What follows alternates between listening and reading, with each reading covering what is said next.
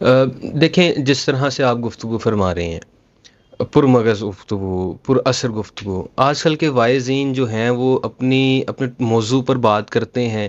آ، میں یہ بالکل بھی نہیں کہوں گا کہ اثر بالکل نہیں ہوتا، لیکن ان کا اثر کچھ وقت کے لیے ہوتا ہے. ایسی کیا وجہ ہے کہ وہ وائزین کے بات میں ہی وہ اثر نہیں آ رہا، یا پھر ہم لوگوں کی اتنی بساط نہیں ہے کہ ہم ان کی بات پر نہیں پہنچ پا رہے؟ تو پر اثر گفتگو کرنے والے کم ہوتے جا رہے ہیں، یا ہمارا مسئلہ ہے کہ ہم ان چیزوں کو سمجھ نہیں پا رہے ہیں جو ہمارے دلوں کو، ہمارے اندر روح کو جھنجھوڑ نہیں پا رہی ہیں ایسی باتیں؟ اس میں سمجھتا ہوں کہ جو ہمارے بڑے ہیں بشمول میرے، یہ ہمارا قصور ہے کہ ہم اپنے نوجوانوں کو وہ چیز اس انداز میں بتا نہیں پا رہے. میں نے جو چیز آبزرو کی ہے جی کہ میجورٹی اب جو جنہیں ہم کہنا چاہیے وائزین کی ہے، جی وہ خود نمائی کی طرف زیادہ آ گئے ہیں. صحیح. اور جب خود نمائی والی بات آ جائے گی تو بات میں تاثیر نہیں رہے گی. اچھا. تو جو نوجوانوں کے اوپر مثلا جسے میں کہتا ہوں کہ قول اور فعل، اگر جو چیز ہم کہہ رہے ہیں، سب سے پہلے یہ ہے کہ کیا میں میرا جو عمل ہے، جو میرا فعل ہے، کیا وہ اس کے مطابق ہے. اگر وائز کا قول اور فعل اس میں مطابقت ہوگی تو اس کی بات میں یقیناً اثر ہوگا.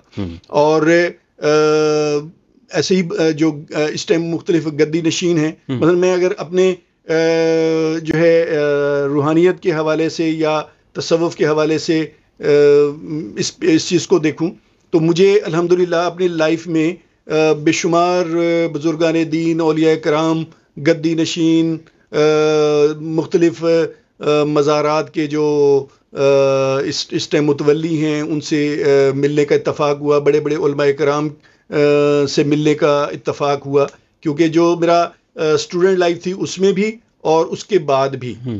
تو میں مثلا مختلف جو ہمارے گدی نشین ہیں، میں دیکھتا ہوں تو جو لوگ تنقید کرتے ہیں بزرگان دین کے اوپر یا اولیاء کرام پہ، تو اس کی ایک بڑی وجہ ان گدی نشینوں کا طرز عمل یا ان کا جو طریقہ کار ہے وہ ہے. تو میں اپنی لائف میں یعنی بہت کم لوگوں سے اس طریقے سے متاثر ہوا یا انسپائر ہوا، جن میں ایک تو حضرت زندہ پیر صاحب رحمۃ اللہ علیہ گھمکول شریف کوہاٹ، ان کی شخصیت تھی. اس کے بعد علامہ احمد سعید کاظمی رحمۃ اللہ علیہ، ان کی شخصیت تھی. یا میرے موجودہ کیونکہ جب میں 1978 میں بیعت ہوا تھا، میں سلسلہ نقشبندیہ میں ہوا تھا جی. اور الحمدللہ میرے چونکہ پوری فیملی ہی، میں نے اس طرح بتایا کہ صحیح العقیدہ سنی مسلمان ہیں، اور قطع نظر اس کے کہ ہم کسی دوسرے کو غلط نہیں کہتے، ہر کسی کا اپنا طریقہ کار ہو سکتا ہے اور وہ اپنے طریقہ کار میں اپنی چیزوں کو خود ایکسپلین کر سکتے ہیں. تو 1978 یعنی میں نے ابھی جسٹ میٹرک یہ کیا تھا، تو اب وہاں پہ جب میں ان سے بیعت ہوا تو میرے نزدیک یہ نہیں تھا کہ میں ان کی کرامتیں دیکھوں، یا میں، حالانکہ میری عمر اس ٹائم جسٹ 15 سال تھی، لیکن جس چیز نے مجھے انسپائر کیا وہ یہ تھا کہ یہ اللہ کا ولی جو ہے یہ شریعت کا پابند ہے. واہ. مثلا 5 وقت انہیں نماز مسجد میں آ کے جماعت کے ساتھ پڑھنی ہے. واہ. اور مجھے کوئی ایسی چیز نظر نہیں آئی جو شریعت کے خلاف ہو. ایسے ہی علامہ احمد سعید کاظمی رحمۃ اللہ علیہ، ان کی شخصیت میں بھی مجھے یہی چیز نظر آئی. اور ایک چیز جو مقصد مجھے میرے بلڈ میں چونکہ ایک چشتی خون تھا، اب بیعت میں ہوا تھا سلسلہ نقشبندیہ میں، پسند مجھے قوالی تھی، تو مجھے سمجھ نہیں آتا تھا کہ بھی ہوں میں نقشبندی جس میں قوالی تو نہیں ہوتی، اور قوالی مجھے پسند ہے، کیوں ہے. تو بچپن میں تو کسی نے اس طرف میری توجہ نہیں دلائی، لیکن بعد میں کہ جی آپ کے دادا چشتیہ سلسلہ کے بزرگ تھے. اور یہی ہوا کہ 2022 میں میں حضرت قمر احرار دامت برکاتہم عالیہ ان سے بیعت اور وہ سلسلہ چشتیہ میں ہوا.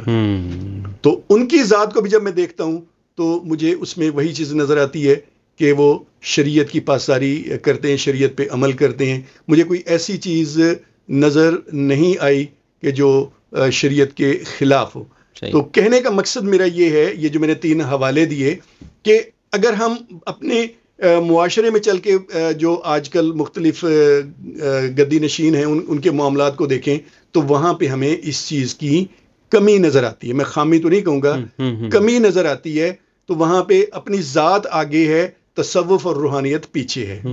تو جب آپ کی ذات آگے ہوگی، دیکھنے والا دیکھے گا کہ جناب پیر صاحب جو ہے نا وہ پجیروں میں اور بڑی لینڈ کروزر میں آ رہے ہیں، اور لوگ جو ہیں وہ مٹی کے اندر جو ہے وہ ان کا برا حال ہے، اور پیر صاحب کے کپڑوں کے اوپر جو ہے وہ ڈسٹ کا نام و نشان نہیں آنے دیا جا رہا، اور پیسے برسائے جا رہے ہیں. اور پھر جو زیادہ پیسے وہ زیادہ گلے ملتا ہے، اور جو بیچارہ دوسرا ہے اس سے جو ہے وہ ہاتھ ملانے کی بھی نوبت نہیں آتی.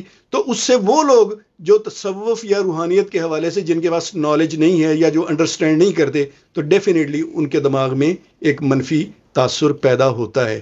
تو اگر یہ گدی نشین جو ہیں یہ اپنے بزرگان کی تعلیمات کو فالو کرتے ہوئے اگر صرف یہی لوگ اگر اپنی اصلاح کر لیں اور امت کی جو ہے وہ رہنمائی کا بیڑا اٹھا لیں، تو میں سمجھتا ہوں ہمارے نوجوان بھی ڈائریکشن میں آ جائیں گے، اور امت مسلمہ جو ہے وہ بھی ایک صحیح ڈائریکشن میں آ جائے گی. اور ہم جو ابھی جس پرابلمز کا شکار ہیں تو ہم ان سے بھی نکل سکتے ہیں انشاءاللہ تعالی.